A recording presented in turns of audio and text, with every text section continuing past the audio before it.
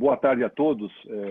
Prazer, uma grande satisfação recebê-los em mais um webinar da série Papo e Movimento, que é uma realização conjunta da Intermodal e coordenação e apoio da Abralog, Associação Brasileira de Logística. Nessa semana, a Informa Market circulou o comunicado ao mercado, confirmando que a Intermodal South America, que estava prevista para final de agosto, foi transferida para o próximo ano e ocorrerá nos dias 2, 3 e 4 de março, no São Paulo Expo. Entendemos que é uma decisão prudente em função da situação que estamos passando. Não havia ambiente para se realizar uma feira da grandeza da Intermodal num ambiente desse, né? Então, estamos trabalhando aí para a próxima edição, que será em março. Nós temos também, junto com a Intermodal, a Conferência Nacional de Logística, e a gente está discutindo com a Informa de realizar a nossa conferência esse ano ainda, final de setembro, começo de outubro, virtualmente. Bom, hoje a gente vai abordar um pouquinho sobre perspectiva setorial, especificamente o mercado de real estate e da logística. A gente vai analisar um pouco a evolução desse mercado na logística, como a pandemia tem impactado, a adaptação desse setor, como a logística e suas tendências, né, estão e estarão influenciando esse mercado tão importante, né? Obviamente, avaliaremos o e-commerce, que é um tema importantíssimo, além de outros setores que estão sendo impulsionados nesse momento. E também falaremos de projeções com os nossos especialistas, que, aliás, é uma grande satisfação aqui receber hoje 4 feras do setor, que tem uma experiência, uma liderança na logística e na cadeia de suprimentos. Então, gostaria de fazer uma breve apresentação. Primeiro, o Mauro Dias, que é presidente da GLP Brasil e membro do Comitê Executivo Global da empresa. O Mauro é graduado em Engenharia Mecânica e Economia pela Universidade Federal do Espírito Santo e MBA pela UCLA, na Universidade da Califórnia. Possui 34 anos de experiência na área de logística e infraestrutura, atuou por 25 anos na Vale, onde foi diretor de comercialização de logística, também presidente da Ferrovia Centro-Atlântica, FCA, e da Docinave, na área de navegação. Presidiu a Associação Nacional de Transportes Ferroviários, nossa parceira, a NTF, tão importante para o modal ferroviário, entre 2006 e 2007. Foi CEO também da Login, Logística Intermodal, onde liderou o processo de reestruturação de IPO da empresa e também foi CEO da Synergy Shipyards e membro do conselho da Synergy Group. É bem diverso e conhece tudo em multimodalidade também. Obrigado pela sua presença, Mauro. Um grande prazer recebê-lo. Obrigado pelo convite, Pedro. O Ricardo Bettencourt, amigo também de longa data, CEO da Colliers Brasil, ele é engenheiro civil com mais de 25 anos de experiência, é especializado no mercado imobiliário, na Colliers desde 97, comanda importantes transações imobiliárias como as operações Build to Suit, Sale e Leaseback.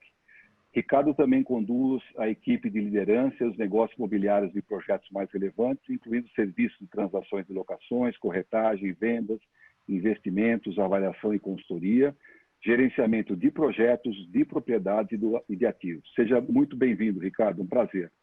Obrigado, Pedro, um prazer estar aqui com vocês. Teston Nohara, diretor executivo do Magazine Luiza, graduado em Engenharia de Produção, iniciou a carreira há 22 anos, trabalhou em empresas como a Anderson Consulting, atual Accenture, e como diretor de tecnologia nas empresas Carrefour, Submarino e IG. Ingressou no Magazine Luiza em 2007 e atuou também nas áreas de tecnologia e e-commerce. Muito bom ter você conosco, Décio. Obrigado, Pedro. Prazer poder participar aqui do webinar. Ótimo. Sabemos de sua intensa agenda. É uma honra recebê-lo e compartilhar seu conhecimento e visão com o nosso público, viu, Décio? Estou muito contente. Obrigado. O Pínio Batesini Pereira, que é vice-presidente de operações do setor de consumo da DHL Supply Chain no Brasil, é engenheiro civil formado pela Universidade FUMEC, com extensão em economia pela Unicamp, com mais de 10 anos de experiência e atuação em logística, ocupou posições de liderança nas áreas de finanças, transporte e desenvolvimento de negócios. Obrigado pela presença, Plínio. Obrigado, Pedro. Obrigado pelo convite. Boa tarde a todos. Boa tarde. Aproveito também para mandar um abraço para o nosso presidente Maurício Ramos. Maurício Barros, Barros, desculpa. Maurício é uma pessoa fantástica. Mais uma vez, obrigado a todos. Temos aqui um grupo de temas para conversar com os nossos amigos. Também incluiremos algumas perguntas do nosso público. Por favor, enviem as perguntas, as questões pelo Q&A e os comentários pelo chat. Tá? E também, se possível, façam perguntas sucintas que facilitam nosso agrupamento e endereçamento dos nossos debatedores. Bom, o primeiro tema que eu gostaria de explorar com os nossos convidados é um pouco da visão geral do mercado do real estate e para o setor da logística, quer dizer, antes e também durante a pandemia. O setor, e o Mauro e o Ricardo podem comentar, também sofreu muito com a recessão que vivemos por 4 anos, assim como o setor de transporte, setor de equipamentos, né? Se eu não me engano, tivemos o vale aí de 27% de vacância em 2016, e esse mercado estava se recuperando, e aí temos a pandemia. Mas vemos também segmentos aí em ascensão. Então, eu gostaria de passar para o Ricardo. Ricardo parece que tem números fresquinhos aí do setor, do último trimestre, né, Ricardo? Então, por gentileza, a sua contextualização sobre o mercado de real estate. Obrigado mais uma vez, Pedro. Sabe que eu estava bastante ansioso de ver os dados aqui do último quarto, porque primeira vez que a gente tem uma situação como essa e era interessante ver como é que o mercado se comportou. A boa notícia para nós do setor de logística é que, mesmo com toda a questão da pandemia, o segundo quarto do ano foi um quarto ainda bastante positivo. Nós fechamos no Brasil uma absorção líquida de 224 mil metros quadrados, o que é um número bastante expressivo. Neste semestre, nós tivemos uma absorção somada dos 2 quartos de 444 mil metros quadrados. Então, isso mostra que o setor, mesmo com todas as dificuldades, vem se comportando muito bem e vem crescendo. Interessante também dizer que isso impactou numa estabilidade de vacância. Por quê? Porque também neste semestre tivemos uma entrega bastante grande. Então, se o mercado não tivesse tido uma absorção líquida grande como teve, a gente fatalmente teria um aumento de vacância, o que não ocorreu. Por exemplo, neste segundo quarto do ano, entraram 390 mil metros quadrados no Brasil. Só para grandes números, 110 mil em Cajamar, que GLP do Mauro entregou 91 mil em Jundiaí, outros 33 em Guarulhos, Sanca entregando 34 em Osasco, 39 em Guarulhos, entregas também, Rio de Janeiro, a LOG entregou 10 mil em Campo Grande, a Prologes 30 mil em Dutra, Juiz de Fora outros 10 mil da LOG, quer dizer, então foi um quarto com bastante movimentação, bastante entrega, mas, mais uma vez, por sorte, o mercado se movimentou e vem crescendo e pôde manter a vacância, algo que já é muito positivo. O que nós estamos vendo? Falando um pouquinho mais de São Paulo, que representa 70% do mercado, São Paulo teve um volume muito grande, tem uma entrega futura dentro desse ano um pouco menor, então a expectativa para o final do ano é que São Paulo a vacância caia 1 ou 2 dígitos e, nacionalmente, a gente espera algo, uma tendência de estabilidade. Então, o mercado logístico brasileiro, sem dúvida, dentro do segmento imobiliário, é aquele que está se comportando melhor, é aquele mais resiliente. A gente que acompanha segmentos de escritório, varejo, não vou falar nem em hotelaria, porque é um mercado muito difícil hoje. Mas a logística, ela é, sem dúvida, hoje um mercado mais resiliente. E só para contextualizar para vocês, coincidentemente, eu fiz um call hoje de manhã com colegas do mundo inteiro. Essa realidade, ela vem acontecendo no mundo inteiro. Então, falando com o pessoal da Ásia, o pessoal da Europa, o pessoal dos Estados Unidos, Canadá, enfim, é comum ver que o mercado logístico também em outras regiões, Europa, etc., tem sido o que melhor tem se comportado dentre todos dentro da pandemia. Então, eu acho que, Pedro, resumindo, não podemos reclamar, acho que o mercado está muito bem para tudo que está acontecendo e acho que ainda vamos ter um ano relativamente positivo dentro de tudo, mais uma vez. Excelente notícia, Ricardo. Mauro, você quer também fazer sua análise e compartilha também dessa linha aí de raciocínio? Não, sim, a GLP está no Brasil desde 2012, né? E a gente veio para cá adquirindo propriedades prontas, mas também fizemos muito desenvolvimento, né? A gente tem hoje pouco mais de 3 milhões de metros quadrados no portfólio que a gente gerencia de ativos prontos, dos quais mais ou menos 1 bilhão foi construído, desenvolvido pela GLP nesse período, né? E temos mais 1,7 milhões, mais ou menos, de metros quadrados em terrenos aí para desenvolver, né? Qual que é a nossa tese, né? Por que a GLP veio para cá, por que investiu nesse setor, né? Apostando em duas coisas, basicamente, né? Um é no chamado flight to quality, ou nessa busca das empresas de instalações logísticas mais modernas para aumentar a eficiência da operação logística, né? E isso, de fato, é um movimento que continua acontecendo. Quer dizer, mesmo durante a crise, né, o mercado continuou movimentando, muito por conta disso, né? E o outro é a mudança no varejo, que é o crescimento do e-commerce, né, que acho que é um dos temas também que a gente vai tratar aqui, né? É uma coisa também que acelerou muito nos últimos anos, né? Para vocês terem uma ideia, no nosso portfólio, em 2017, mais ou menos 22% da área alocada fazia operações de e-commerce. Esse número eu atualizei agora recente, agora em junho, está em 53%. Né? Nosso maior cliente hoje é uma grande empresa de e-commerce, é o maior locatário nosso. E é o que tem puxado aí realmente né, a demanda e as novas locações. Né? Então, esses dois movimentos, assim, e esse flight quality também que eu mencionei, ele se explica porque o estoque existente no Brasil ainda é de qualidade menos de 15%, ou em torno de 15%, é considerado classe A. Quer dizer, são galpões que suportam hoje operações que envolvam automação, né, e uma série de outros requisitos, né, que no inventário existente não seria possível. A gente tem várias histórias aí ao longo desse tempo que a gente está operando aqui no Brasil, inclusive de empresas que eram donas do próprio galpão, que saíram e foram para galpões que a gente construiu para poder dar um salto de qualidade, aí, né? Fazer uma automação, melhorar a eficiência aí da operação logística. Né? E o que a gente está vendo agora, mais recentemente, está acelerando esse movimento, principalmente do crescimento aí do e-commerce, né? Que eu acho que a gente vai estar falando aqui também. Né?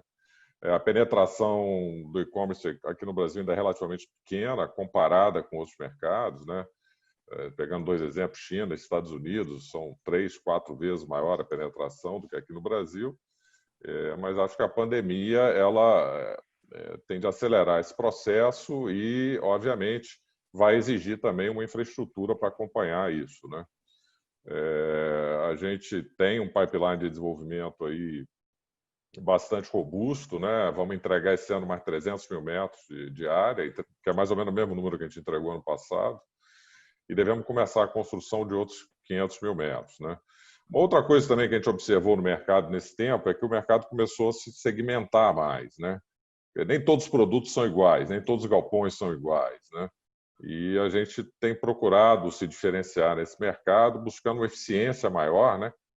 Quer dizer, da área total que você aloca no galpão, um percentual, mais de 90% geralmente nos nossos parques, é a área de armazenagem, a área onde realmente você faz a operação logística, né?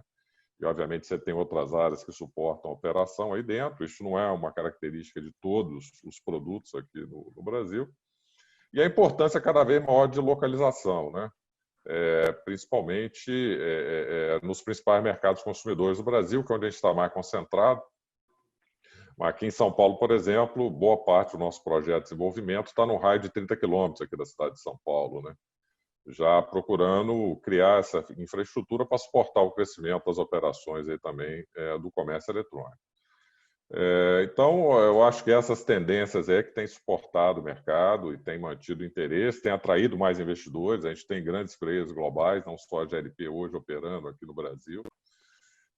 E a gente espera que esse mercado ainda vá se desenvolver aí por muito tempo. E o nosso objetivo é estar sempre se antecipando aí e preparando para suportar o crescimento aí dos nossos clientes, né, naquilo que eles demandem mais galpões para expandir suas operações logísticas.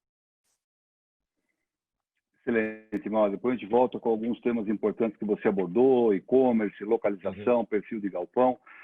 Décio, por gentileza, como é que você tem visto aí, você que é um grande usuário, a evolução do real estate para a nossa área da logística? Por gentileza, seus comentários.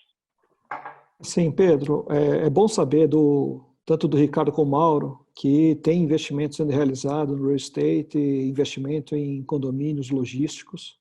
Para nós de varejo, que temos crescido muito, e o crescimento não advém somente do e-commerce, tá? De fato, o e-commerce tem crescido extremamente com taxas altas, exponencial, mas as lojas físicas também têm uma representatividade muito grande no nosso negócio. Apesar da pandemia agora ter fechado muitas das nossas lojas, a gente tem certeza que no retorno delas, e a gente tem visto isso, onde a gente pode estar abrindo as lojas, as vendas têm retornado também na sua grandeza que tinha antes da pandemia. Então, assim, o crescimento das vendas, tanto em lojas físicas como no e-commerce, principalmente, tem crescido e vai fazer com que a gente precise, claro, de mais espaço para poder estar atendendo às necessidades dos nossos clientes finais. Eu acho que, além de tudo isso, um DNA do Magazine Luiza está crescendo para regiões diferentes. Hoje, o Magazine Luiza tem crescido, tem expandido. Nós vamos agora, no próximo mês, estar abrindo unidades novas no Distrito Federal. Nós não temos unidades lá, nós vamos abrir algumas lojas lá esse ano. Novo mercado e que assim, gera novos empregos, gera novos clientes satisfeitos. Hoje a gente atende pelo e-commerce, mas nós vamos ter loja física para poder estar dando assessoria, para poder estar dando suporte aos nossos clientes finais. Eu acho que dentro no mapa do Brasil, eu acho que as grandes empresas de real estate têm feito investimentos relevantes, acho que nas principais cidades, os grandes centros, isso é uma coisa importantíssima que está acontecendo, faz até com que o custo para a gente, varejo, tá? A margem extremamente baixa, né? Que o custo do metro quadrado seja uma coisa mais acessível, aceitável, né? Mas também temos necessidades de investimentos em áreas remotas, tá? Então, assim, Magazine Luiza tem crescido mais no Norte e Nordeste também. Lá a gente sente, sim, uma carência um pouco maior de investimento, de grandes marcas de condomínios logísticos indo nessa região.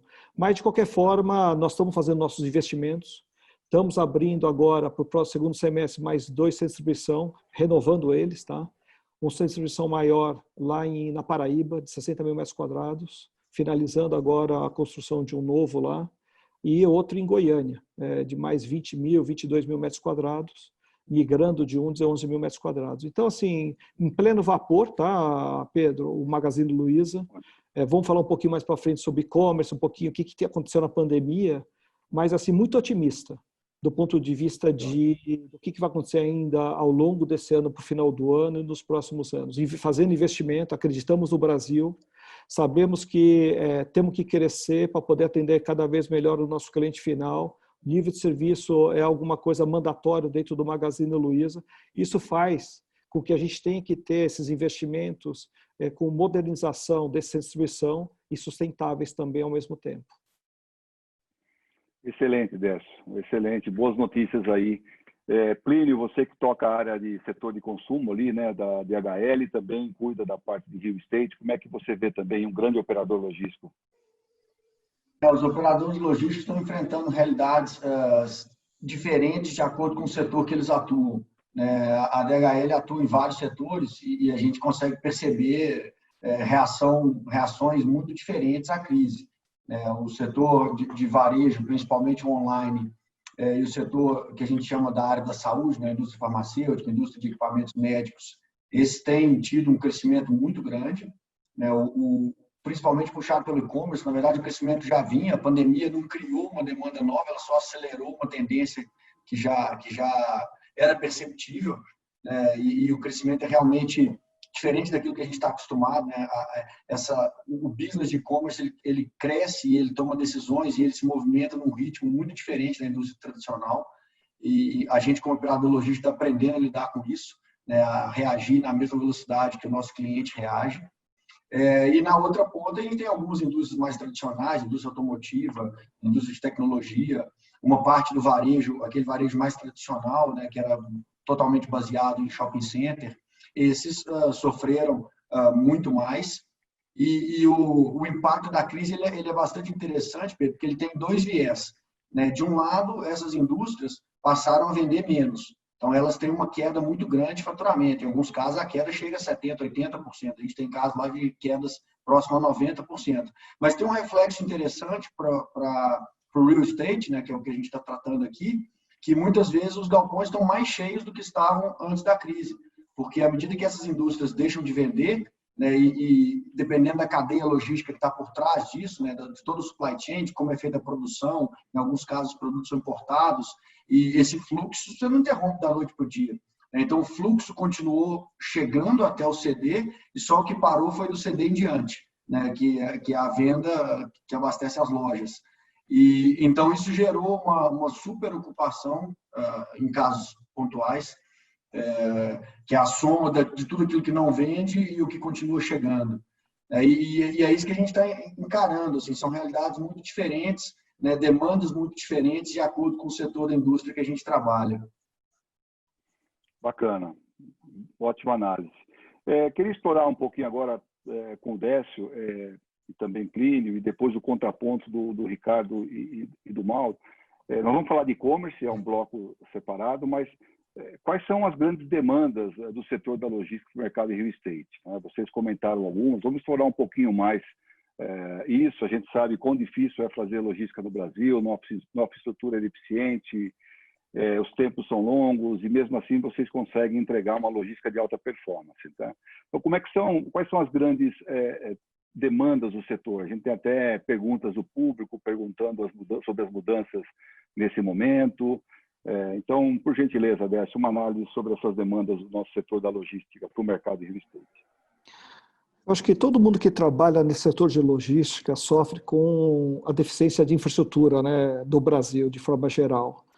E, assim, o fato da dificuldade de transitar dentro de um país tão largo, tão grande assim, com dificuldade de rodovias, meios de transportes muito carentes, né, faz com que a gente tenha que ter, no caso do Magazine Luiza, aqui a gente está falando de mais de 1.150 lojas, onde a gente preza muito pela qualidade do nível de serviço e cada vez mais fazer com que o produto chegue na casa do cliente, aquele sonho de compra, de consumo, cada vez mais rápido, compras que são prometidas, realizadas, entregues em até 48 horas, 24 horas, faz com que a gente tenha que ter investimentos maiores e tenha que ter esse centro de distribuição mais próximo da casa do cliente. Então, nós estamos falando de hoje em torno de 17 centros de distribuição espalhados pelo Brasil, tá, em vários estados, atendendo ao cliente final. De fato, o que o Plínio comentou, no momento do fechamento das lojas, nós sofremos um pouco mais porque aquele produto que saía naturalmente para venda, para fazer o abastecimento da loja, acabou ficando restrito ao centro de distribuição, recebendo mais encomendas, recebendo mais produtos dentro da nossa estrutura, mas conseguimos, de certa forma, fazer um giro adequado. O e-commerce, nesse ponto, ajudou muito a poder estar fazendo esse escoamento desses produtos. Mas o que é mais importante, para responder a tua pergunta, acho que assim, o investimento em condomínios ou galpões, em locais de pouco explorado, principalmente norte, nordeste, onde a gente está crescendo muito, é uma coisa que nos requer assim, uma necessidade muito grande e investimentos. Quando a gente não encontra um parceiro adequado, a gente acaba fazendo investimento próprio, porque estrategicamente precisamos estar próximo de lá. Uma outra tendência, uma outra coisa que tem acontecido muito é ter alguns galpões menores, mais próximos das zonas metropolitanas. O fato de precisar entregar cada vez mais rápido, o cliente mais exigente, e nessa época de pandemia, onde você compra, você quer receber o quanto antes, uma necessidade primária, faz com que, se a gente tivesse disponibilidade de galpões menores, mais próximos da cidade, pudesse ser utilizado como um transit point, como um ponto de apoio, para poder chegar mais próximo da casa do cliente, de uma maneira mais rápida. Então, essa é uma demanda que eu acredito que vai surgir rapidamente daqui para frente, tá? Como existe ainda uma carência na disponibilidade desse tipo de galpão, com uma metragem menor, sabemos que o custo médio do metro quadrado vai ser maior, mas uma metragem menor, a gente tem investido em grandes centros, em alguns galpões menores, estrategicamente localizados, para ser nossa base de apoio, para que a gente possa estar mais próximo para poder entregar na casa do cliente numa velocidade muito maior. Tá? Então, isso aqui é algumas tendências, eu acho que regiões de menor acesso, um investimento maior, galpões menores, mais próximos de grandes centros, e até dentro de grandes centros seria alguma coisa que poderia ajudar muito o varejo de e-commerce, principalmente nesse momento de pandemia, onde o comportamento do nosso cliente mudou. Antigamente, aquela pessoa que tinha receio de comprar pela internet, pelo fato de ter ficado recluso na sua casa, acabou aprendendo a comprar pela internet, digitalmente falando. E agora ele tem a satisfação de estar recebendo na casa dele. Então, esses pontos de apoio mais próximos da casa dele, dentro de grandes centros, têm nos ajudado. E, nos casos onde a gente não encontra, a gente tem também as lojas. Hoje a gente utiliza as 1.100 lojas, Pedro, como mini centro de distribuição. É um ponto de apoio. Todos os produtos que eu tenho disponível nas minhas lojas, eu posso estar expedindo de lá diretamente para a casa do cliente. E a gente tem todo um trabalho de mapeamento no raio de 5 a 10 quilômetros, a gente consegue estar entregando numa velocidade de same-day, no mesmo dia, ou até mesmo no dia seguinte. Então, assim, são algumas demandas que eu acho que vão surgir naturalmente para esse mercado aqui de real estate. Excelente. E o nível de serviço mantido, né, Décio? Quer dizer, no começo você tem o boom do e-commerce, você tem um tempo de adaptação, de estrutura, de pessoal, mas o nível de serviço está sendo mantido, né? Assim, o DNA do Magazine Luiza, Pedro, o que a gente tem feito é a promessa de entrega, o que a gente tem cada vez... A gente começou há 2 anos querendo prometer entregar em 48 horas. Crescemos exponencialmente esse número, não ficamos satisfeitos, aí agora nós queremos estar prometendo entregando em 24 horas. Estamos conseguindo pegar um percentual relevante das entregas sendo feitas em 24 horas, e agora a gente está exercitando ainda a entrega no mesmo dia em algumas horas. Tá? Então, assim, o nível de serviço, o cliente acaba se acostumando, acaba gostando, e aí esse é um dos diferenciais do Magalu para poder estar conquistando esse público que está precisando tanto nesse período de pandemia. Tá? Excelente. E, Plínio, na sua área aí, tantos projetos, né, tantas inovações, DHL sempre na ponta, como é que você vê aí as tendências, as demandas para o setor de real estate, que você tem observado? Acho que em linha com o que o Décio falou, a gente tem demandas muito variadas. Né? A gente precisa, e na minha visão vai continuar precisando por muito, muito tempo, dos grandes CDs próximos das principais regiões metropolitanas, aí São Paulo com destaque, mas também alguma coisa em outras regiões do Sudeste, Sul, alguma coisa no Nordeste. Né? Os CDs que o driver principal é eficiência. Nós somos aí um grande cliente da GLP para esse perfil de CD, CDs acima de 40, 50, em alguns casos próximos a 100 mil metros, às vezes até maiores que isso, que o ponto principal é ter eficiência de custo, na relação entre área útil versus área que não é área propriamente de armazenagem, eficiência de custo do ponto de vista de localização, então tem que estar em boas rodovias que façam sentido do ponto de vista do pedágio, eficiência de custo do conceito de condomínio, né, onde você tem alguns custos que são relevantes de segurança, de refeição, que são compartilhados. Então, essa é uma demanda, né, um tipo de demanda que é o que sempre foi o nosso carro-chefe e acredito que vai continuar sendo muito importante por muito tempo. Né, eu não consigo enxergar uma mudança nisso. O que aconteceu de um tempo para cá é que a gente tem demandas complementares a essas. Nós também temos uma presença relevante no e-commerce e, assim como o Décio, a gente também precisa de CDs menores, mais próximos de regiões com grande densidade de pessoas, mas que não são as regiões tradicionais, né? Saindo um pouco do eixo São Paulo, Rio, Minas, Sul ali, a gente também precisa estar nas micro-regiões.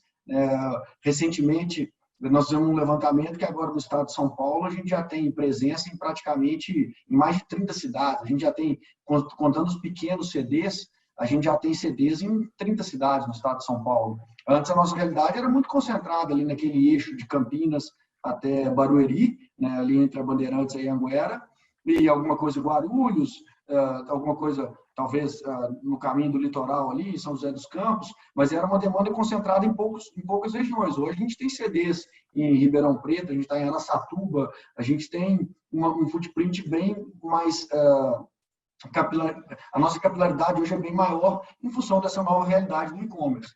E aqui, eficiência continua sendo importante, sempre vai ser, mas aqui o driver, né, o fator principal, passa a ser localização e capacidade de acessar o consumidor final, né, de alcançar o consumidor final em pouco tempo para cumprir a promessa que os varejistas, principalmente os varejistas online, fazem, como o Décio falou, né, as entregas que no passado eram feitas em uma semana, hoje 48 horas é um prazo que o consumidor entende como razoável, né? Não tem mais encantamento. O que gera a surpresa positiva é 24 horas e às vezes no mesmo dia. Então, acho que para fazer um resumo, assim, do ponto de vista do operador logístico, a demanda para o real estate é um portfólio completo, né? A gente precisa dos grandes galpões super eficientes, com custos compartilhados, mas a gente também precisa dos CDs menores, estrategicamente localizados, próximos aos consumidores, e tudo que existe entre esses dois extremos. A gente também tem demandas intermediárias, a gente tem a nossa realidade, eu não sei se pudesse isso também é um efeito importante, mas os nossos clientes ainda têm o fator fiscal como um importante item para tomar a decisão de onde vão estar as suas operações. Então, as áreas incentivadas, né, a mais tradicional aqui, eu acho que nós todos aqui estamos em São Paulo, né?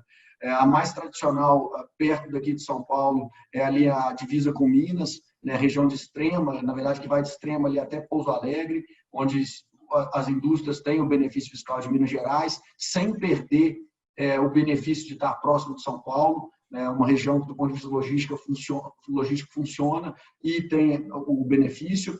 E essa é um exemplo, mas tem novas regiões, Espírito Santo tem ganhado muita força como área de incentivo fiscal, Santa Catarina é muito tradicional para alguns segmentos, ali, indústria de tecnologia, indústria de equipamentos médicos, obviamente o norte ali, Manaus, né, isso sempre foi há muitos anos, mas também algumas outras regiões do Nordeste.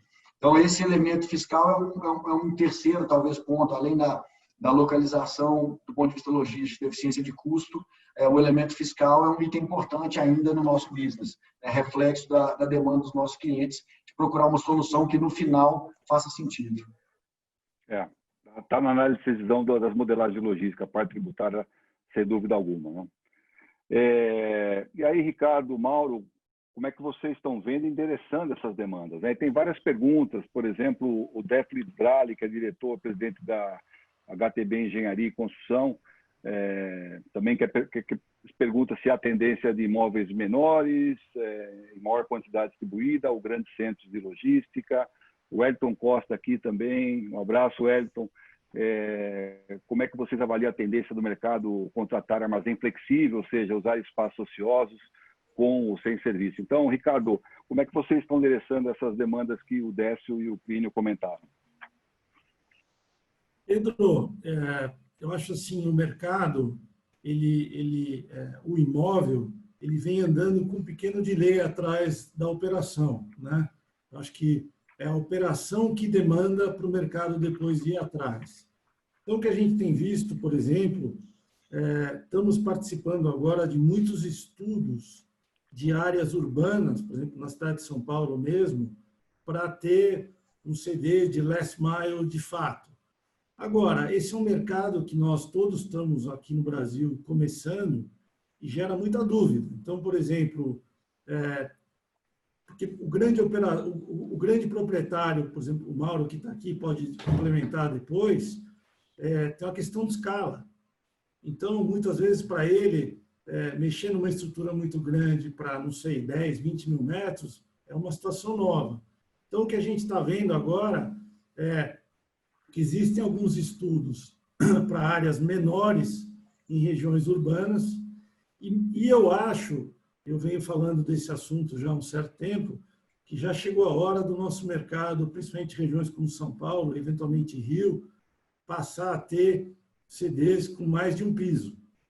Isso é uma coisa que muitos de vocês, Mauro, o próprio Plínio, eu tenho certeza que operam lá fora operações nesse sentido, e são operações rápidas, tem um segundo piso que não demande os tradicionais 5, 6 toneladas por metro quadrado, mas são coisas que fatalmente vão acontecer, porque é o que vai ajudar a fechar a conta do ponto de vista do proprietário. Então, eu acho que a evolução é uma coisa que não para. A gente vê agora, aqui também o próprio Mauro tem exemplo recente da questão dos painéis solares, o reuso de água. Quer dizer, o mercado tem que ir levando para a propriedade melhoras de custo, de operação e de eficiência para que essa propriedade seja competitiva por 30, 40 anos, né? Então, é um processo que não tem fim, Pedro. Excelente, Ricardo. Mauro, por gentileza, sua análise. Não, vou tentar endereçar aí. Eu acho que a gente tocou em 3 classes aí de produto, né? O primeiro é o Big Box, né? Que continua sendo o nosso carro-chefe, são os grandes CDs, né? Para as grandes operações. A nossa estratégia aí é muito focada nos grandes mercados consumidores e no produto que a gente chama, até um nome que tem uma conotação às vezes pejorativa, né? Especulativo, né? Quer dizer o quê? A gente toma o risco, né? A gente constrói o parque, mesmo que não tenha ainda uma garantia de locação, né? Apostando na qualidade do produto, na localização e tudo isso. Isso continua sendo o nosso carro-chefe, é o que a gente tem feito, os grandes parques, né? Buscando aí não só um produto com eficiência, mas um custo de ocupação também mais baixo, né? Nós temos parques aqui, por exemplo, Guarulhos, com 450 mil metros de área locável. Estamos fazendo um novo parque com mais 500 mil metros. Então, isso permite que você dilua vários custos, né, e torna bastante mais atrativa a ocupação aí para todos os locatários, né? Isso, como eu disse, continua sendo o nosso carro-chefe. A questão dos outros mercados, né, que a gente tem visto essa demanda realmente, como o Décio falou, né, para garantir nível de serviço num país como o Brasil, você vai ter que estar em diferentes regiões. Mas aí a gente até se dispõe a fazer investimentos, já estudamos várias situações assim, mas seria mais na modalidade chamada do build to suit, né? Que é uma construção sob encomenda, onde você tem um tomador, uma operação estruturada, né?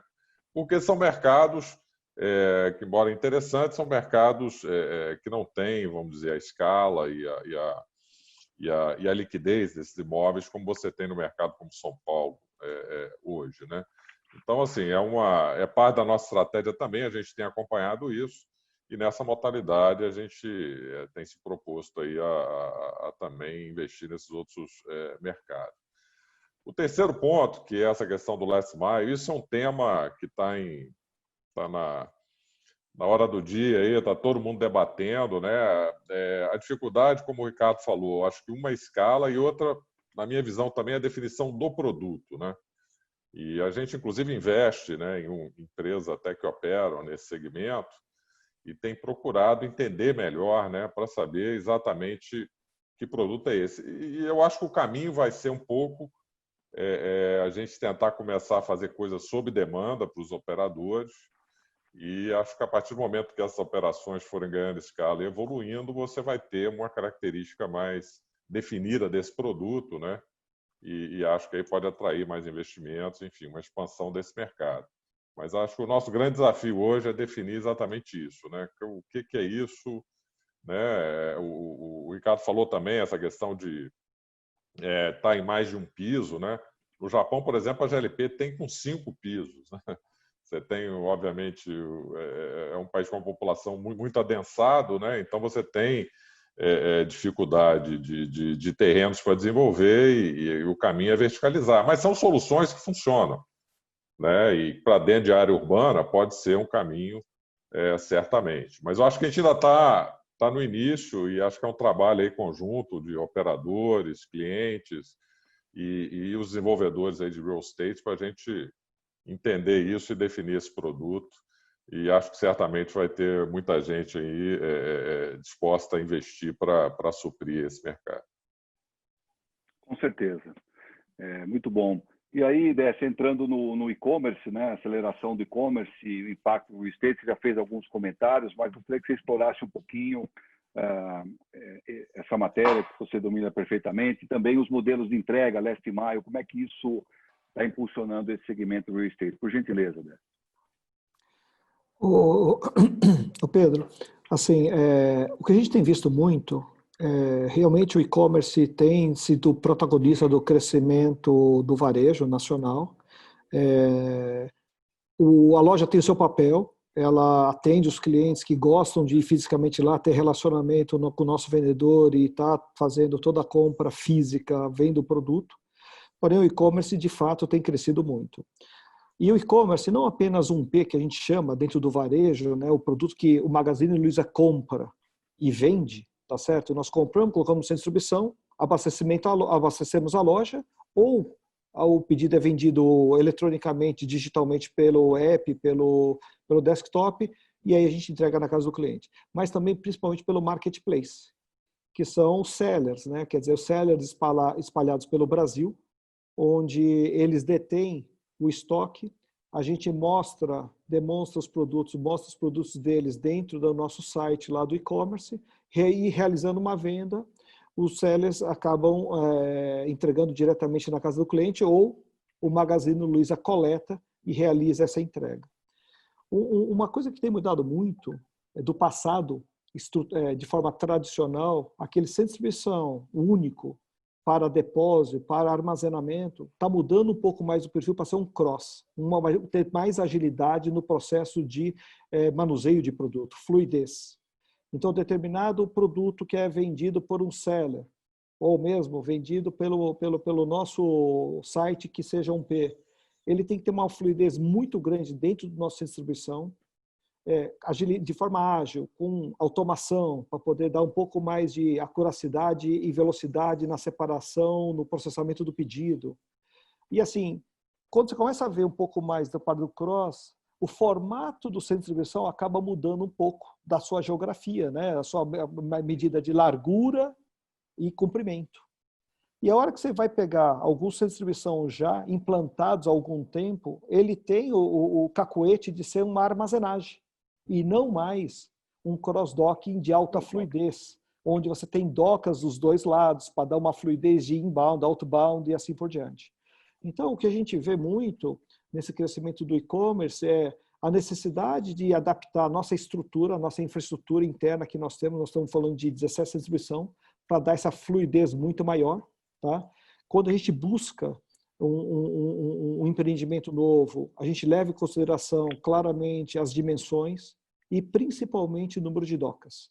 A gente tem que ter um volume de docas razoável para poder dar essa fluidez, a entrada de produto, porque a gente está falando que muitas vezes, antigamente, chegava uma carreta com determinado fornecedor com um volume muito grande. Hoje a gente está falando de vários carros, vários caminhõezinhos pequenos, deixando o produto lá. E aí, do outro lado, vários carros saindo, principalmente se for aquele centro de distribuição menor, o galpões menores próximos das cidades, para poder estar fazendo a última milha da entrega da casa do cliente. Então, o modelo e o tamanho, o formato dos CDs, eu acho que estão mudando de uma maneira muito rápida. Então, essa adaptação nós tivemos, o Magalu teve que fazer para poder estar otimizando as áreas que nós temos. Tá? Nós temos centro de distribuição que pertence ao grupo, mas sempre que a gente vai buscar um novo empreendimento, a gente começa a se adequar muito em relação ao quê? A ter mais agilidade, ter mais fluidez no processo de manuseio, entrada, saída de produtos. Tá? E o e-commerce, de fato, tem crescido muito. Antes da pandemia, já participava em mais de 50% das vendas do Magazine Luiza. Agora, com a pandemia, com o fechamento de loja, certamente está muito maior, tá? E tem crescido muito. Uma coisa que é importante, a gente já está operando, você falou em relação ao last mile, uma coisa que nós fizemos, até para compartilhar com todos aqui, há 2 anos, nós decidimos fazer um investimento numa empresa que tinha uma plataforma de entrega de última milha e tinha uma operação de uma última milha chamada LogBee, que fazia entregas na Grande São Paulo. Tá? Era um namorico, casamos, fizemos a aquisição. Hoje, ela se tornou a maior empresa courier de itens pequenos, itens portáteis que a gente entrega no Brasil. Então, hoje, em termos de share, a Logbi já é a maior empresa Courier que entrega produtos do Magazine Luiza. E para isso, a gente teve sim que realmente ter um galpão na cidade de São Paulo. De lá, nós recebemos os produtos do grande centro de distribuição que nós temos, seja lá da GLP lá de Guarulhos, ou do centro de distribuição de Louveira que nós temos, chega nesse Transit Point. Coletamos os produtos na casa do seller, do centro de distribuição do seller, trazemos para esse ponto. Recebemos também produtos da Netshoes, que vem lá de Extrema. Chega lá, consolida, roteiriza e saem vários carrinhos fiorinos, os carros de utilitários, para poder estar entregando na casa do cliente da Grande São Paulo. E isso com nível de serviço de D1. Então, isso aqui é um pouquinho da experiência para compartilhar com vocês o que tem mudado. De fato, estar próximo do cliente, estar dentro da cidade, faz uma diferença tremenda para poder atender o cliente com esse nível de serviço que a gente tanto promete. Maravilha. Logbi, claramente, um caso de sucesso. E o plano seu é replicar isso, a Logbi, para outras regiões do país também? Ô Pedro, a Logbi, ela já está em mais de 500 cidades do Brasil. Está chegando a mais de 600 cidades, eu acho, esse mês. Ele já faz ship from store, ou seja, eu tenho 1.100 lojas. Dessas 1.100 lojas, eu já tenho mais de 600 lojas onde eu entrego o produto a partir da loja. E quem faz o picking, a pega desse produto para entregar na casa do cliente nessas mais de 600 lojas é a Logbi, com o seu carrinho, que vai lá, o motorista, pega o seu volume lá, a sua densidade, que faz com que ele tenha o lock-in conosco para poder estar entregando num raio de até 5, 10 quilômetros. Então, assim, a Logbi já tem uma expansão para mais de 600 localidades, tá? E a gente pretende, sim, estar crescendo, expandindo. Ela não vai entregar somente 1P do Magazine Luiza. Ela vai entregar também produtos da Netshoes, que é a empresa do grupo, e também todos os produtos dos sellers, tá? Que é do marketplace. Então, nós vamos coletar, trazer para dentro da nossa casa, da nossa malha de distribuição, e aí a Logbi, na última milha, faz a entrega na casa do cliente. Então, isso faz parte de toda a parte de estratégia e projeto que nós estamos implementando. Excelente, né? Ô Plínio, você quer falar um pouquinho também da parte do e-commerce? Acho que você tem muita coisa boa para compartilhar conosco. Fica à vontade. Obrigado, Pedro. O e-commerce também tem sido o nosso grande motor de crescimento. A gente entrou nessa jornada aí há pouco tempo, até 2015, 2016, a nossa participação no e-commerce era muito modesta. A gente tinha algumas operações de alguns clientes tradicionais que tinham um canal de vendas online. E aí a gente fazia logística completa e uma pequena parte disso era o e-commerce. De alguns anos para cá, a gente passou a atender também, ter grandes clientes marketplace e também alguns dos nossos clientes tradicionais passaram a ter uma relevância muito grande da sua venda online. Então, eles passaram a ter uma operação com mais característica de e-commerce. E isso mudou totalmente a maneira como a gente opera. Inclusive, os nossos processos, a nossa cultura, a agilidade na resposta às demandas dos clientes teve que ser... a gente teve que repensar toda a maneira como a gente trabalha, porque esse é um mercado que, enquanto talvez numa indústria tradicional você planeja a abertura de um novo CD com 12, às vezes 18 meses de antecedência, a nossa realidade com os clientes de e-commerce é de conversar sobre a abertura de um CD no próximo mês. E muitas vezes é realmente assim. Não estou falando dos grandes CDs, mas aqueles regionais, os que são usados para a operação de last mile, eles são... o processo entre a decisão e a implementação é muito rápido, muito rápido. Tem sido um aprendizado muito, muito bacana para a gente. E a nossa malha no Brasil também foi fortemente alterada, né? Ela foi impactada por essa nova dinâmica. A gente, até poucos anos atrás, tinha uma parte enorme do nosso business concentrado em grandes CDs, né? Os big box, alguma coisa em CDs menores, mas muito específico, alguma coisa para a área da saúde, para algum produto de valor agregado mais alto, que fazia sentido ter CDs menores, mas com um patamar um nível de requerimentos mais alto, né, que gerava uma certa complexidade, aí tinha o perfil da DHL. Hoje a gente opera pequenos CDs espalhados pelo Brasil inteiro, a gente tem uma parte importante do nosso negócio em transporte, né, e a demanda de transporte gera um impacto na característica dos CDs, né, eles têm que estar preparados para lidar com em volume de veículos muito maiores do que a gente estava acostumado antes, que os veículos grandes para essa operação não são eficientes, então a gente usa os veículos pequenos, como o Décio falou, e isso impacta a gestão dos CDs, né? CDs que antes recebiam 3, 4 carretas num turno, agora recebem 100 fiorinos. Você tem que estar preparado para lidar com isso, a estrutura física tem que acompanhar o modelo operacional, e essa tem sido a nossa realidade. Assim, dentro dos setores que a gente trabalha, o varejo, e especificamente os grandes marketplaces, né, as empresas de e-commerce dentro do varejo, são os nossos clientes que têm o crescimento mais rápido, né, que têm essas demandas maiores por novos espaços, e isso está puxando aí uma agenda super intensa de crescimento e de revisão de footprint que é constante. Talvez o que a gente tem hoje de footprint é muito diferente do que a gente fechou o ano passado. Nesses 5, 6 meses, a pandemia, obviamente, teve um papel aí de acelerar essa revisão de footprint, mas ela já vinha acontecendo num ritmo super rápido, independente da pandemia, mas é impressionante como a gente muda o nosso footprint de 3 em 3 meses, de um semestre para o outro. Muito puxado por essa velocidade do e-commerce. Obrigado, Plínio. Ricardo, como é que você vê a parte do e-commerce? Já fez alguns comentários, mas seria bom reforçar, por gentileza. Acho que, complementando aqui o que os colegas disseram, sem dúvida, esse foi um segmento que já vinha crescendo. Você entrou no mudo, Ricardo. Ricardo, você entrou no... Perdão.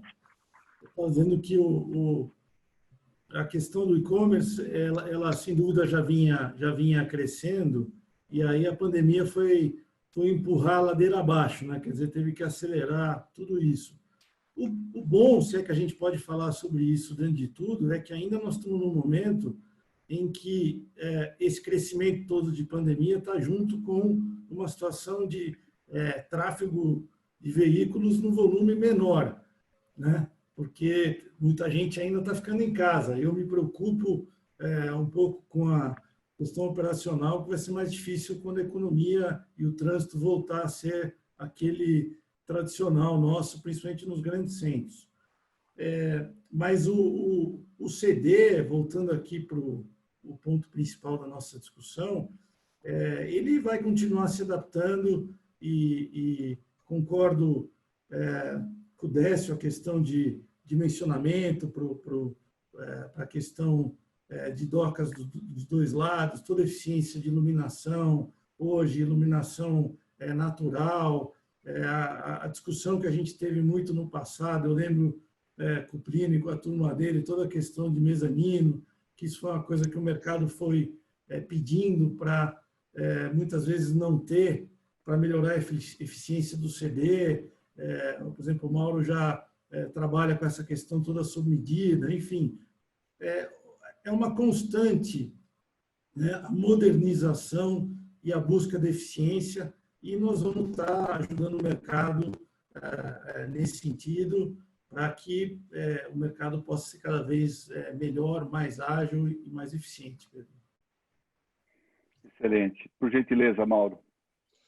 Eu acho que eu comentei, né, que o e-commerce cada vez mais ganha espaço no nosso portfólio, é um dos principais drivers aí de crescimento do setor, né?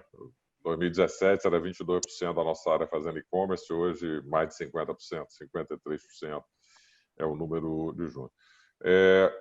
A gente já vinha apostando um pouco nessa tendência, né, e se preparando, né, para atender esse crescimento do e-commerce, né? Porque o galpão, às vezes, passa a impressão que é uma coisa simples de fazer, ou uma coisa que você faz muito rapidamente, né? Mas a realidade não é bem essa, né? A gente que é desenvolvedor sabe isso, né? Você, para aprovar um projeto, somente um projeto grande hoje, leva às vezes 2, 3 anos para fazer, né?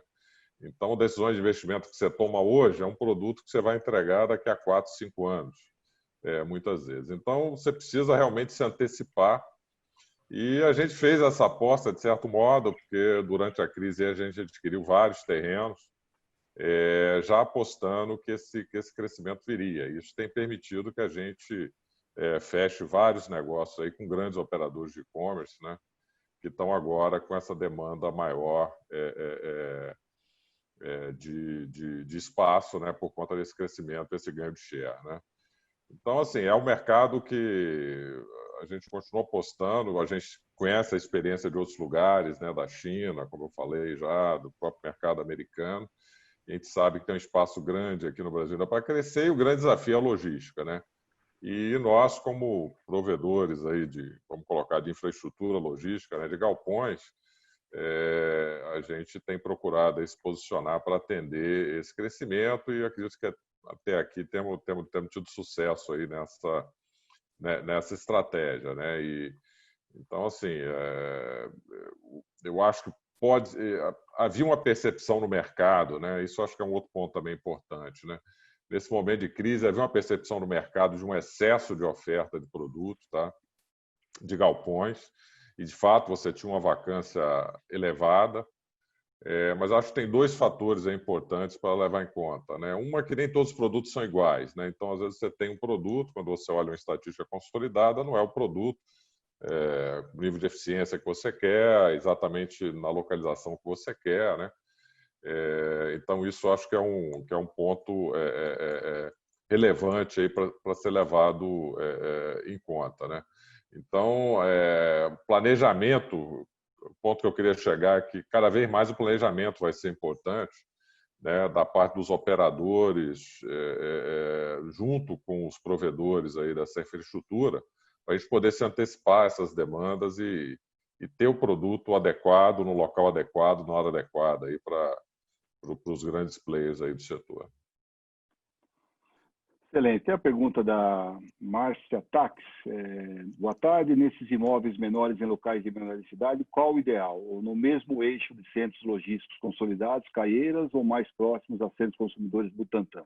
Qual a metragem? Acho que vocês comentaram, quer reforçar, Mauro, por gentileza? Não, eu não tenho, de fato, a resposta para essa pergunta. Eu acho que é algo que está em construção, né?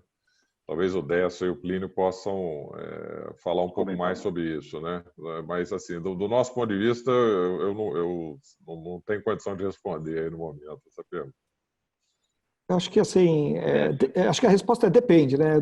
Qual que é a finalidade do uso desse galpão, né? Quer dizer, se for um galpão de passagem ou que não é de última milha, eu acho que Caieiras, e tem gente usando Caieiras também para ser próximo de São Paulo para fazer última milha também, tá?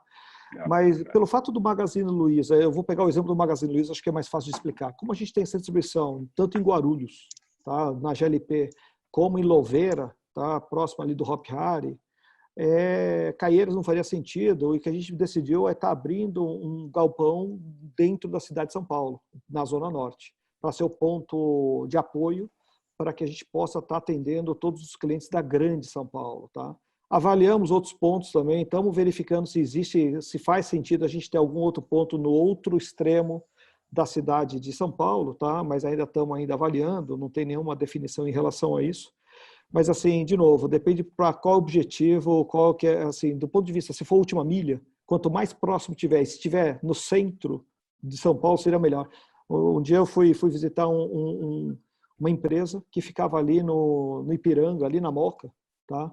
E assim, você pegar aquele ponto, fazer um raio de 15 quilômetros daquele ponto, você pega praticamente toda a grande São Paulo, tá? Então, quer dizer, você pegar um compasso e fizer o círculo, você pega praticamente em 15 quilômetros de raio toda a cidade de São Paulo. Seria o melhor local para você ter um centro de distribuição enorme para poder estar atingindo todo mundo. Só que fisicamente, logicamente, não tem espaço ocioso para você estar fazendo um negócio desses, tá?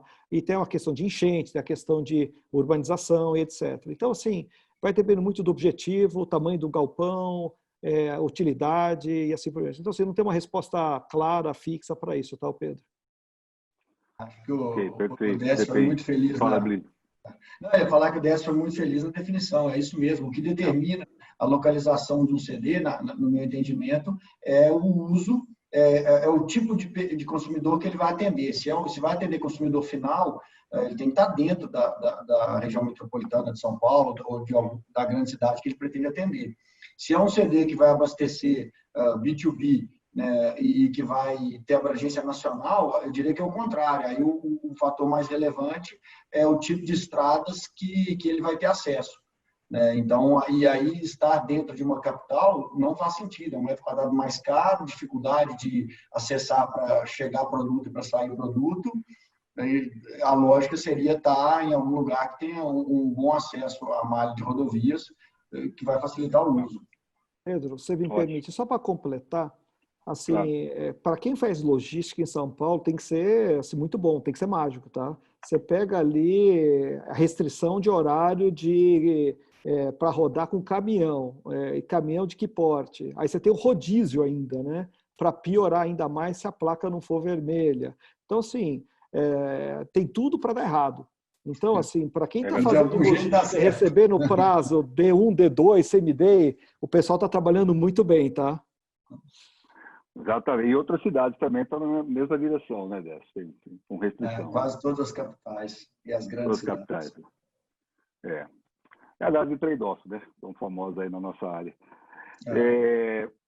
Falando um pouquinho de modernização, né, de expansão do mercado imobiliário para o setor, obviamente são região sul e sudeste, então vocês comentaram a participação, mas como é que vocês veem isso para outras regiões, nordeste, norte, centro-oeste? Até perguntas aqui, como é que fica o norte do Brasil, né, em termos de terrenos, galpões, CDs prontos. Então, o nosso anseio, né, a gente vê lá fora as plataformas logísticas, né, nós ainda não temos uma grande plataforma logística no país, e o Mauro tem uma experiência de multimodalidade fantástica, né, Mauro?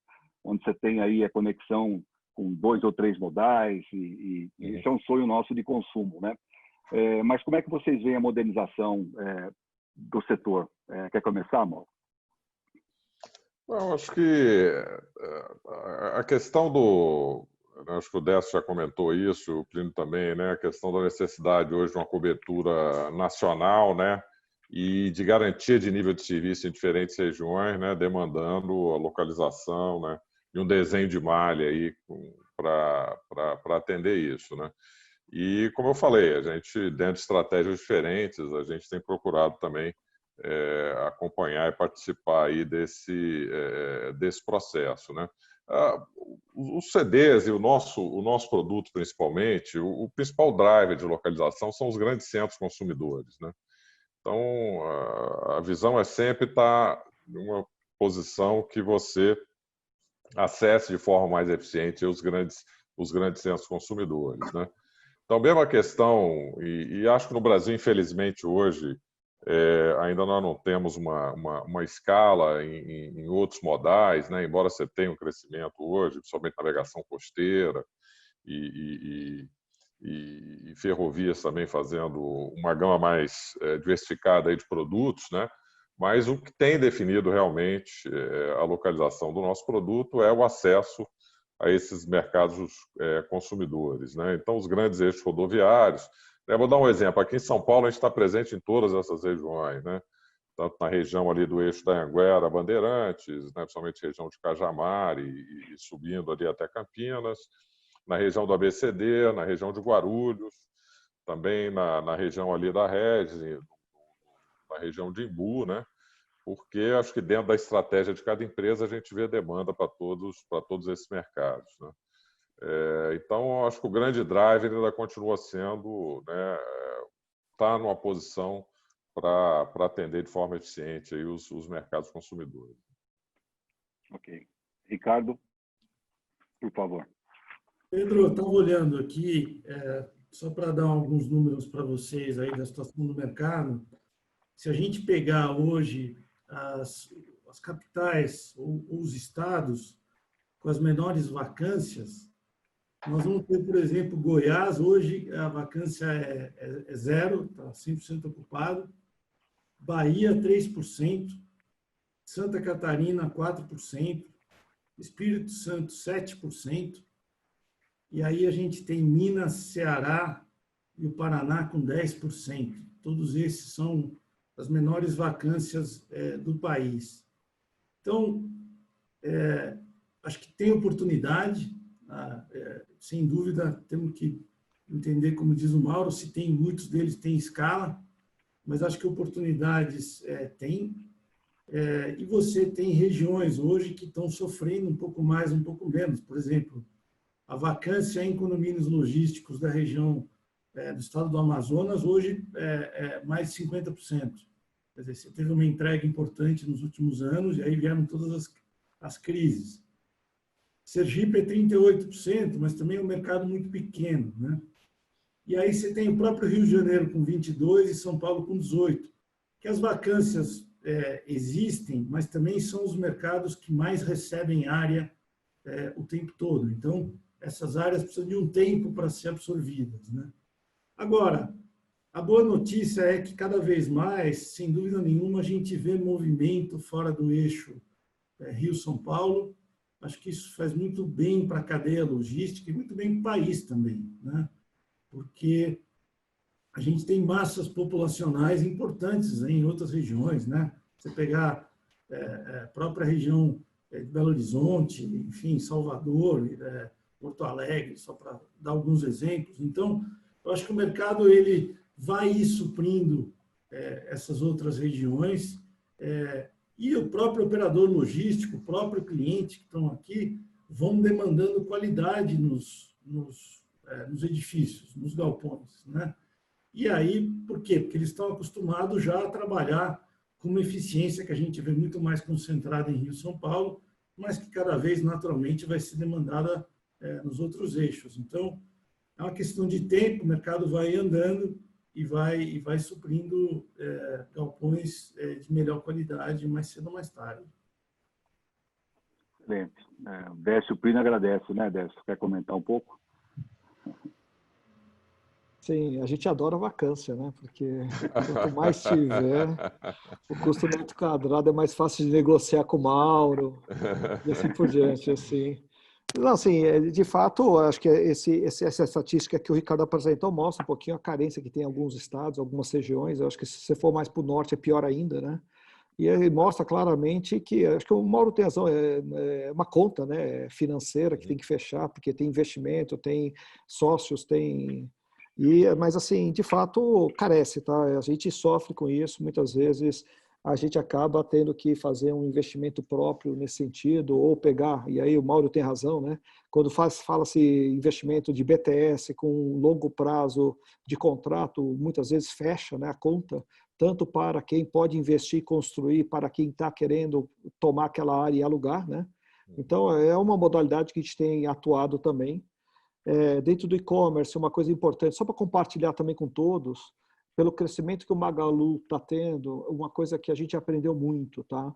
Todos os galpões que a gente tem pego a partir eu diria que dos últimos 2, 3 anos, a gente já tem semi-reservado. Não existe reserva, porque se vier algum cliente que queira aquela área, não tem como estar tomando uma área antes que seja necessário para a gente, mas assim, o que a gente sempre pede é que o galpão que esteja sendo construído com BTS tenha a possibilidade de crescer e fazer uma extensão adicional nesse período de BTS, sem onerar o custo para o Magalu. Então, essa é uma prática que a gente tem atuado dentro do mercado, preservar o investimento da pessoa que está construindo e, ao mesmo tempo, que também preservar o relacionamento, porque não adianta nada eu fechar um BTS agora, que daqui 5 anos ele ficou pequeno e eu vou ter que resolver de uma maneira não tão satisfatória. Então, são coisas que a gente tem evoluído aí nesse relacionamento com os parceiros que nós temos assinado contrato aí nos últimos anos.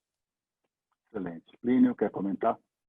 Eu gostei do jeito que o Décio colocou, que a gente adora vacância. A gente adora vacância quando a gente está buscando a área, mas a gente não gosta quando a gente tem a operação e a vacância surge do lado. Isso passa a ser um problema. Mas, Ricardo e Mauro estão felizes ali. Ó. Eu acho, assim, posso cometer um engano aqui, mas eu prestei atenção que o Ricardo citou dos estados que têm os menores índices de vacância, e a minha impressão é que são os estados que têm uma política mais agressiva de benefício fiscal. Eu tenho acompanhado aí Goiás, que é muito atrativo para a indústria farmacêutica e começando de um tempo para cá com a indústria automotiva, Santa Catarina com tecnologia, indústria de equipamentos médicos, o estado do Espírito Santo, que explodiu para as indústrias de consumo, né? Não era um destino comum e de um tempo para cá passou a ser um dos mais procurados. Então, me parece que, assim, se não existisse o elemento fiscal no Brasil, a sensação que eu tenho, aí Ricardo e o Mauro podem me corrigir, é que a concentração em São Paulo e Rio seria ainda maior. Agora, o benefício, essa concessão de benefícios fiscais faz com que uma parte daquilo que poderia estar em São Paulo passe a fazer sentido estar no Centro-Oeste, no Sudeste, mais para o Sul e também ali no Espírito Santo e alguma coisa também no Nordeste. E melhora um pouco, talvez, a distribuição dos ativos, né, que caso tivessem todos concentrados em São Paulo seria uma loucura, né? Já é difícil operar São Paulo. Tem um elemento que a gente não falou muito aqui, mas que em algumas regiões do estado de São Paulo, isso acontece em outros lugares, mas aqui no estado de São Paulo, a gente tem uma concentração tão grande de operações em poucos lugares que você começa a ter problema com mão de obra, é difícil levar as pessoas para o trabalho. Se pegar Cajamar, por exemplo, hoje é uma região onde a mão de obra é disputada, né? Tem tantos empreendimentos que consomem um contingente de pessoas enorme que é muito difícil você conseguir manter essas pessoas trabalhando. Falta extrema é a mesma coisa, a gente tem desafios semelhantes. Então, acho que esse elemento fiscal influencia muito essa alta procura e também o receio dos investidores de desenvolver empreendimentos com a visão de longo prazo numa região que, sem o incentivo fiscal, não faria sentido do ponto de vista logístico. Né? Imagino... Itatiaia, né, Plínio? Como? Itatiaia, por exemplo, é outro exemplo. Né? Itatiaia já teve uma procura muito forte, não sei exatamente como está hoje, a gente, inclusive, tem operações lá, mas assim, eu fico imaginando na cadeira do Mauro, você tomar uma decisão de fazer um investimento numa área que não faz sentido do ponto de vista logístico, mas que tem um grande atrativo fiscal. Ainda que a demanda exista, é uma decisão complicada, porque o que acontece se aquele benefício deixar de existir? A demanda some e o que você faz com um ativo enorme? Então, não é uma missão fácil estar sentado na cadeira desses caras. Sendo cobrado para expandir para o Brasil inteiro, mas sabendo que o jogo pode mudar, né? Pedro, se permitir, só para... Acho que claro. Você tocou num ponto aí importantíssimo, né? Esses mercados, por exemplo, o Ricardo citou, né? Que são mercados até onde a gente já teve alguns ativos menores, mas são mercados que não têm escala. Do ponto de vista do investidor, né, nesses ativos logísticos, o que é importante? Obviamente, é você ter massa crítica, você ter um mercado onde você consiga ter transações, né? Porque o investidor, geralmente, que participa no desenvolvimento, não é o mesmo que quer carregar aquele ativo no longo prazo para gerar renda, tá? Então, você ter liquidez nesse mercado é uma coisa muito importante. E outro ponto é se, do ponto de vista de localização para operação logística, o local é interessante no longo prazo, né?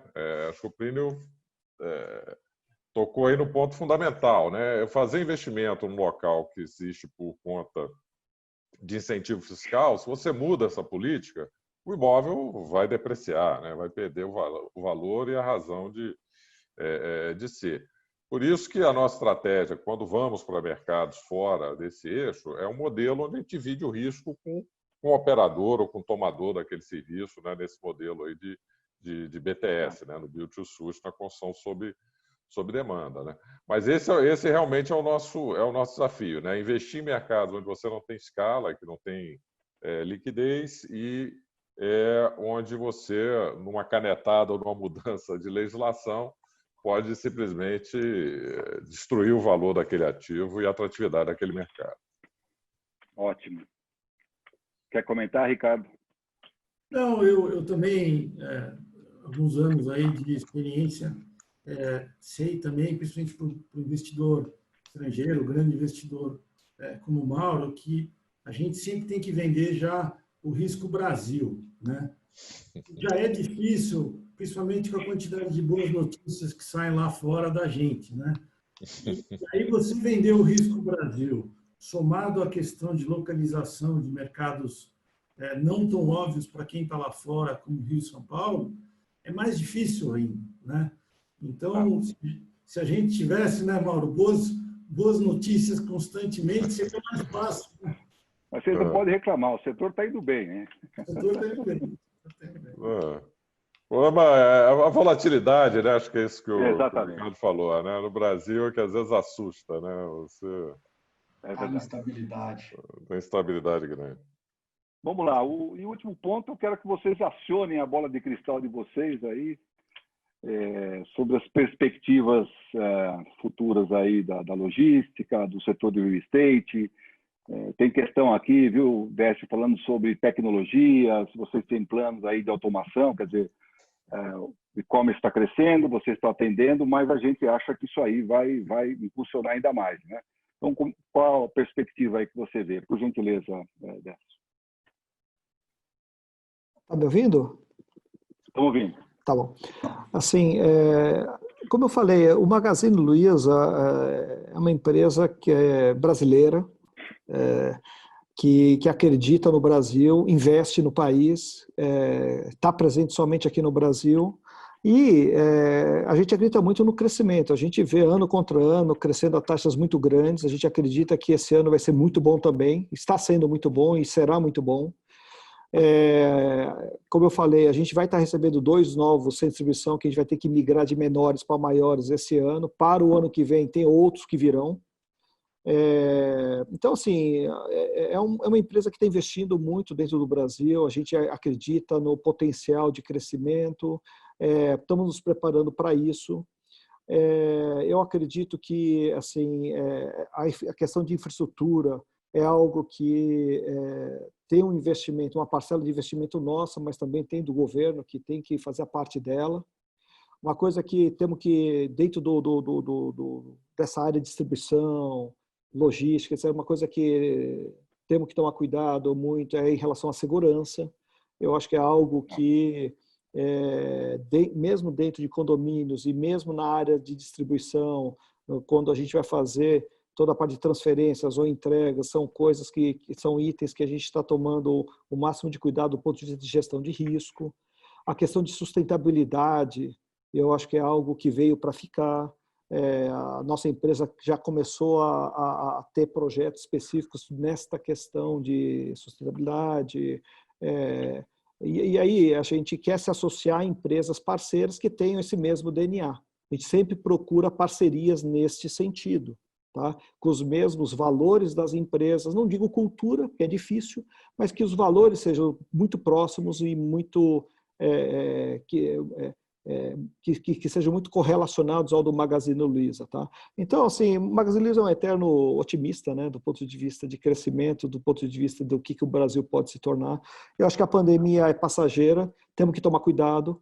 Eu acho que, assim, a questão de saúde e segurança, acho que é uma coisa que todo mundo tem que tomar cuidado. Nós estamos medindo a temperatura de todos os colaboradores que estão adentrando nossa distribuição, não no centro de distribuição, mas pegando o fretado. Antes de pegar o fretado, a gente está medindo a temperatura do colaborador, uso de máscara. Nós monitoramos 100% do centro de distribuição por câmeras, e quando a gente pega, existe sim a chamada de atenção do colaborador, e depois até mesmo se for reincidente, existem algumas penalidades.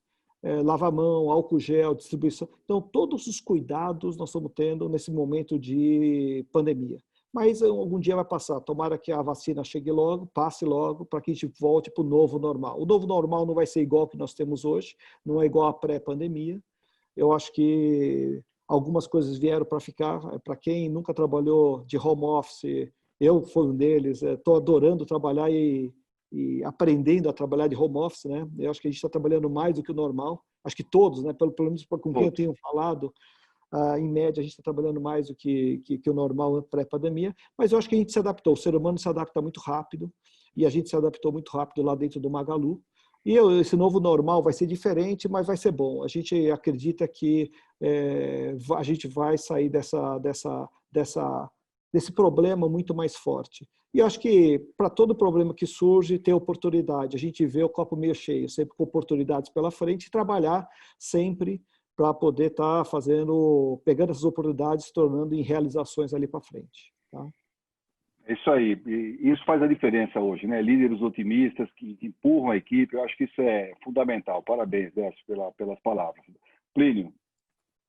Eu vou plagiar o DS aí, só fazer uma pequena adaptação, que nós não somos uma empresa brasileira, mas nós somos sim uma empresa que acredita no Brasil, que investe no Brasil. A gente está aqui há muitos e muitos anos, e vamos continuar aqui por muitos e muitos anos. Estamos otimistas com o futuro, sabendo que atravessamos uma fase de muitos desafios, né, a nível de business, mas também a nível de sociedade. Estamos fazendo a nossa parte para minimizar o impacto para as pessoas, para as nossas pessoas e para as comunidades onde a gente atua, mas, sem dúvida nenhuma, super otimistas. A gente percebe que os hábitos do consumidor mudaram, uma parte dessas mudanças vão ser definitivas, outras, com o tempo, vão retomar ao novo normal, que deve ser um intermediário entre o que era antes e o que é hoje, mas todos esses movimentos, na nossa perspectiva, estão gerando oportunidades. Uma coisa muito interessante do e-commerce é que o e-commerce ele é um canal novo, mas que ele não matou o antigo. Ele é complementar ao que já existia. Então, a gente continua atendendo aos clientes que operam no modo tradicional e a gente está recebendo uma demanda enorme de clientes que operam nesse meio virtual. Então, a perspectiva, na minha visão pessoal, para o setor logístico, linkado ou não ao e-commerce, é positiva e, como eu disse, nós, na DHL, acreditamos muito no Brasil, vamos continuar investindo no Brasil e, olhando para frente, aí, a gente tem uma perspectiva super positiva. Acho que agora você está no mudo, Pedro. Está no mudo, Pedro. Desculpa. Mauro, por gentileza. Muito obrigado, Plínio. Mauro, por gentileza. Olha, a nossa visão também é de investidores de longo prazo, né? Nós estamos já... Quando a gente toma decisões de investimento, né, até pela natureza do nosso negócio, né, são decisões de longo prazo, né, e a gente continua acreditando, né, eu falei que a nossa tese aqui vinha muito em cima da necessidade de modernização da infraestrutura logística no Brasil e de uma mudança no varejo que ia demandar mais produtos.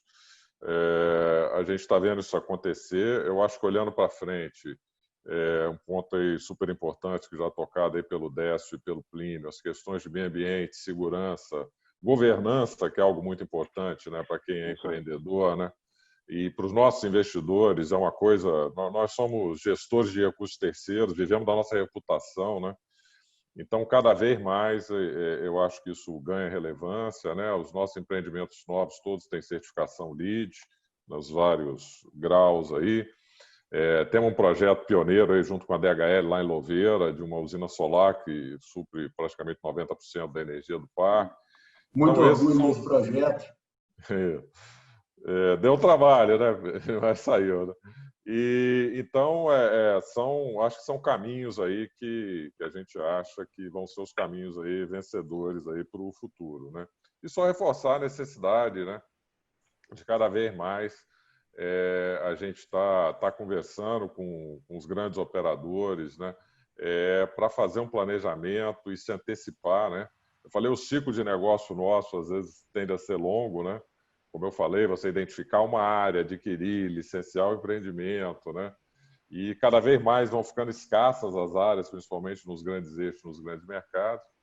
Então, acho que o outro ponto é cada vez um planejamento, né? Que a gente sabe da dificuldade no Brasil de se fazer isso, mas a gente tem que buscar, da melhor maneira possível, se antecipar aí essas necessidades, né, para estar atendendo aí o mercado. Excelente. Ricardo? Pedro, eu acho que o setor de logística está num momento muito bom. Eu confesso que eu fiquei positivamente surpreso uma vez que eu vi, mais uma vez, os dados do segundo quarto. Era uma incógnita como é que o mercado ia reagir com essa questão da pandemia. E eu também tenho a questão de comparar, como a gente acompanha todos os mercados corporativos, né? Então, a gente vê o mercado de varejo, a gente vê o mercado de escritórios, vê a questão de hotelaria, etc. e tal. Você naturalmente acaba comparando uma situação com a outra e, sem dúvida, mais uma vez, o mercado de logística é o que melhor tem performado, não só aqui, como no mundo inteiro.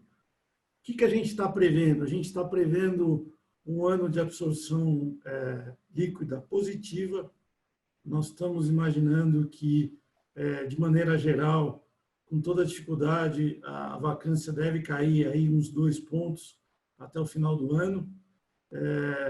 Muito do que vai ajudar é que o maior volume de entrega deste ano já aconteceu, né? O mercado entregou por volta de 640 mil metros na primeira metade e vai entregar perto de 500 mil na segunda metade, então isso vai ajudar com que a vacância tenha uma pequena queda, juntamente com o semestre que normalmente tem uma maior atividade. Então, é difícil falar no Brasil de longo prazo, mas eu acho que no curto prazo o nosso segmento aqui de logística tende a continuar aí bem, não vejo nenhum problema e vejo o mercado, como foi o primeiro semestre, muito ativo, muitas operações e, enfim, o mercado andando para frente. Muito obrigado, Ricardo. O Mauro comentou um tema importante, governança, né, Mauro? A gente tem observado, nós temos lá na Abralog um comitê de gestão de risco, né? E a gente observa as empresas que têm uma governança estruturada, elas saíram mais rapidamente, buscaram soluções mais rapidamente, porque já existe um modelo formado, né? Isso vai impulsionar com que as empresas tenham atenção em relação a esse ponto. Eu acho que sustentabilidade também, eu acho que não tem o que questionar, tem que estar na agenda de todo mundo, né? Grandes temas, eu acho que esse webinar merece aí um episódio 2, talvez detalhando um ou outro assunto, que é muito rico, né? Eu deixaria aí 30 segundos para cada um agradecimento, uma mensagem de otimismo, antes da gente encerrar. Por gentileza, Décio. Assim, obrigado, Pedro, pela oportunidade de poder estar participando aqui do webinar. Aos colegas aí que participaram conosco, uma troca rica aí de informações, né? Os contrapontos que você provocou, acho que foram muito bons também. Mas, assim, a gente acredita muito no Brasil, no país. A gente vai continuar fazendo investimento, nós vamos continuar abrindo lojas. A gente acredita que o e-commerce vai continuar crescendo. A gente quer que o marketplace e os parceiros cresçam também. Nós lançamos uma plataforma recentemente para que todos os lojistas offline que não sabiam trabalhar online pudessem estar subindo seus produtos, mesmo com as suas lojas fechadas, para poder vender no e-commerce, para poder ter uma renda nesse momento onde todas as lojas físicas foram fechadas, né? Então, fazer com que eles tivessem uma renda nesse período para poder pagar os custos fixos daquela loja fechada. Esse projeto tem sido sensacional e tem crescido muito. Então, assim, eu vejo muito, assim, de forma positiva o momento que o Magalu está passando. A logística em si, acho que tem evoluído muito. Acho que não é Magazine Luiza, acho que o setor de logística tem crescido muito. Eu acho que a Abralog tem um trabalho fundamental que tem desenvolvido junto conosco, junto com as entidades, junto com todas as modais aí dentro do Brasil, esse país, como eu falei, de dificuldades muito grandes de infraestrutura, né? E eu acho que as pessoas que trabalham em logística gostam, porque senão já teriam desistido antes, né, Pedro? É verdade. Então, assim, eu queria agradecer muito poder participar com você. Gostei muito, tá? Grande abraço a todos vocês aí. Um prazer, Décio. Abra mais espaço nessa agenda, que é sempre bem-vindo, viu? Claro. Estará mais aberto. O logístico é apaixonado, né? Quem está na área não desiste, né? Então, isso é fantástico. Plínio, sua mensagem final aí para todo mundo. A minha mensagem de otimismo também, como a gente falou antes, continuamos acreditando no país. Espero que esse momento difícil para muita gente passe logo e que a gente consiga aproveitar o lado bom, né, do que foi aprendido nessa crise. Agradecer aí, Pedro, pelo convite, ao Ricardo, ao Mauro e ao Décio pelo bate-papo, pela troca de informações, e a todos os participantes aí, os presentes, muito obrigado aí. Obrigado, Plínio. Mauro? Bom, eu queria primeiro agradecer aí pela oportunidade, e ao Décio, ao Plínio e ao Ricardo também aí, são clientes, parceiros, né? Estamos literalmente no mesmo barco aí, todos nós. E deixar uma mensagem também, acho que otimista, porque acho que a crise ela mostrou a importância da logística na vida de todo mundo, né? Todo mundo passou a perceber melhor, né? Como é que as coisas mudam para estar no lugar certo, na hora certa, e tudo que você precisa ter aí para suportar isso, né? E garantir que todo mundo tenha aquilo que busca aí, né? Então, nós temos uma visão de longo prazo do Brasil, nunca paramos de investir, mesmo na crise, e acho que essa crise ela está acelerando algumas tendências que vinham aí e só reforça a nossa convicção de continuar investindo aí e apoiando o crescimento aí dos nossos parceiros e clientes. Isso aí, Mauro. Mauro também, a GLP é nossa associada e temos lá um comitê de real estate, né, Mauro? Então, abertos também aí para discussões mais localizadas.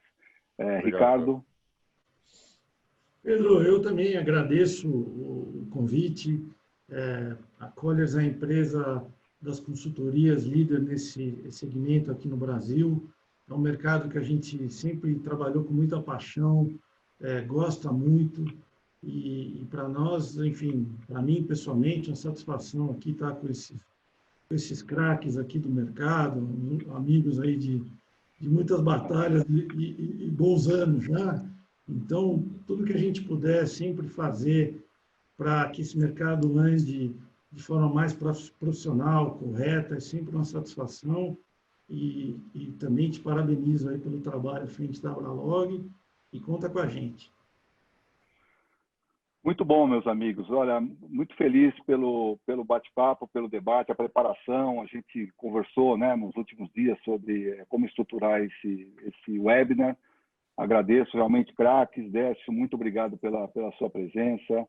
Seja sempre bem-vindo, sabe disso. Plínio, Mauro, Ricardo, ao público que acompanhou e tem acompanhado nossos webinars, né? E agradecer também a Informa, a Intermodal e toda a equipe pela parceria. E pediria aí que você já colocasse na agenda o nosso próximo webinar no dia 23 de julho, também uma quinta-feira, às 17 horas. A gente deve abordar análise de cenários, gerenciamento de riscos na cadeia de suprimentos, deve ser o tema que a gente vai tocar aí nesse dia 23, tá bom? Nosso agradecimento, muito obrigado, fiquem com Deus e cuidem-se. Até mais. Obrigado. Obrigado. Até logo.